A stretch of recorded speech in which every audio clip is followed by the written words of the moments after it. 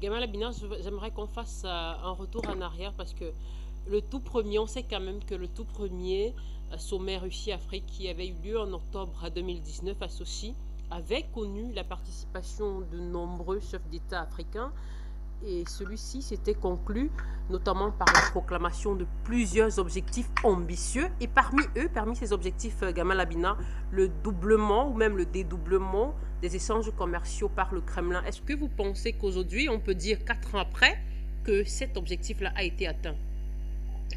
Oui, il y a une énorme progression, en dépit du fait qu'effectivement, on a tendance à vouloir faire croire que les Russes voudraient affamer l'Afrique. Ce genre de stupidité qui est juste de la manipulation grossière.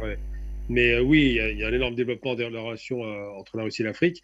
Là, la présence russe en Afrique, pour des raisons sécuritaires, va garantir une autre présence qui sera d'échange économique.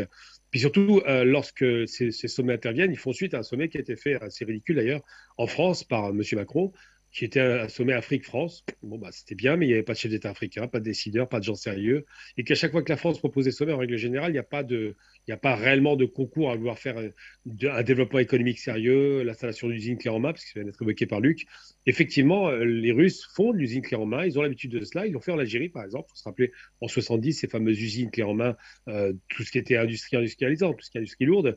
Et quand on développe un pays, on commence d'abord par le tissu industriel lourd pour pouvoir arriver vers le léger. Ça, les Russes savent faire. Et c'est vrai que les échanges économiques, c'est plus des échanges de compétences et de transfert de compétences et de formation qui sont actuellement mis en place. Mais ils vont accélérer évidemment ces échanges pour deux raisons. La première, parce que l'Afrique en a cruellement besoin, on l'a bien compris, et que les Russes l'ont très bien identifié. Et la seconde, c'est parce que l'Afrique n'a pas trahi la Russie. Elle a refusé de se soumettre au diktat occidental. Et que l'argument russe qui consiste à dire, et c'est vrai que c'est très choquant, j'ai eu plusieurs fois l'occasion de débattre avec des politiques français, et je trouve ça hallucinant, ils alimentent une guerre à plein régime dans l'espoir de mettre une raclée à la Russie qui est totalement impossible à atteindre comme espoir. Mais bon, ils pensent que la Russie de 2022, c'est la Russie de 89. C'est deux Russies différentes. Il y en a une qui était en fin de course et qui était épuisée, puis l'autre qui a repris de la force.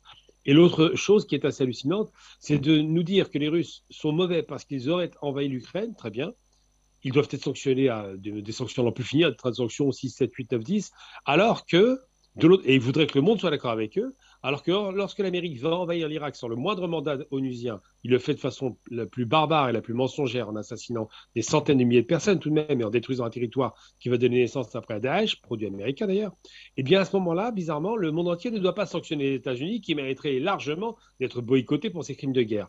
Lorsqu'ils vont bombarder la Libye, on n'en parle même pas. Bref, la multiplication des guerres, c'est des arguments que souvent développe Poutine à juste titre. Hein. Moi, je ne suis pas un fan de Poutine, mais quand il dit des choses justes, il faut le reconnaître. Et bien, tout cela donne le sentiment qu'effectivement, la relation russo-africaine va se souder autour d'une base qui sera l'augmentation de l'échange, des participations, des transferts de compétences, technologies. C'était déjà le cas à l'époque. Hein. Les Russes formaient beaucoup de cadres africains. Et surtout de se dire, bah, puisque vous n'avez pas travaillé, on va travailler avec vous sérieusement.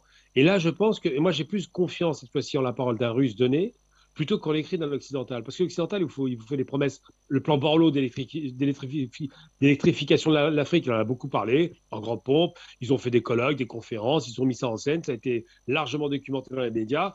J'aime autant vous dire que l'électrification africaine, on ne l'a pas vu. Hein. On en a beaucoup entendu parler, mais ce n'est pas arrivé. Et bien là, les Russes proposent effectivement des solutions. Alors, des centrales nucléaires locales pour réduire effectivement la pollution, il faut être très clair, le nucléaire est moins polluant, mais surtout la possibilité aux Africains de pouvoir connaître aussi les hautes technologies comme le nucléaire. Donc l'augmentation des échanges se fera graduellement. Je pense on est arrivé au double, c'est un peu comme les Chinois, ils le font très bien, et ça va ne faire que s'accélérer parce qu'aujourd'hui, la complicité entre la Russie et la Chine n'a jamais été aussi grande. C'est ça qui fait la différence, c'est que cette complémentarité des deux grandes puissances de l'Est va forcément profiter à l'Afrique. Je ne dis pas que ça va bien se passer, il y aura des moments difficiles, mais ce qui est certain, c'est que ça ne peut pas être pire que ce qu'a légué la France pendant 60 ans.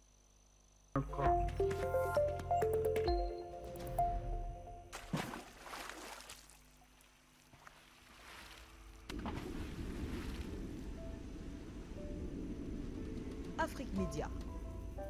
Le monde, c'est nous.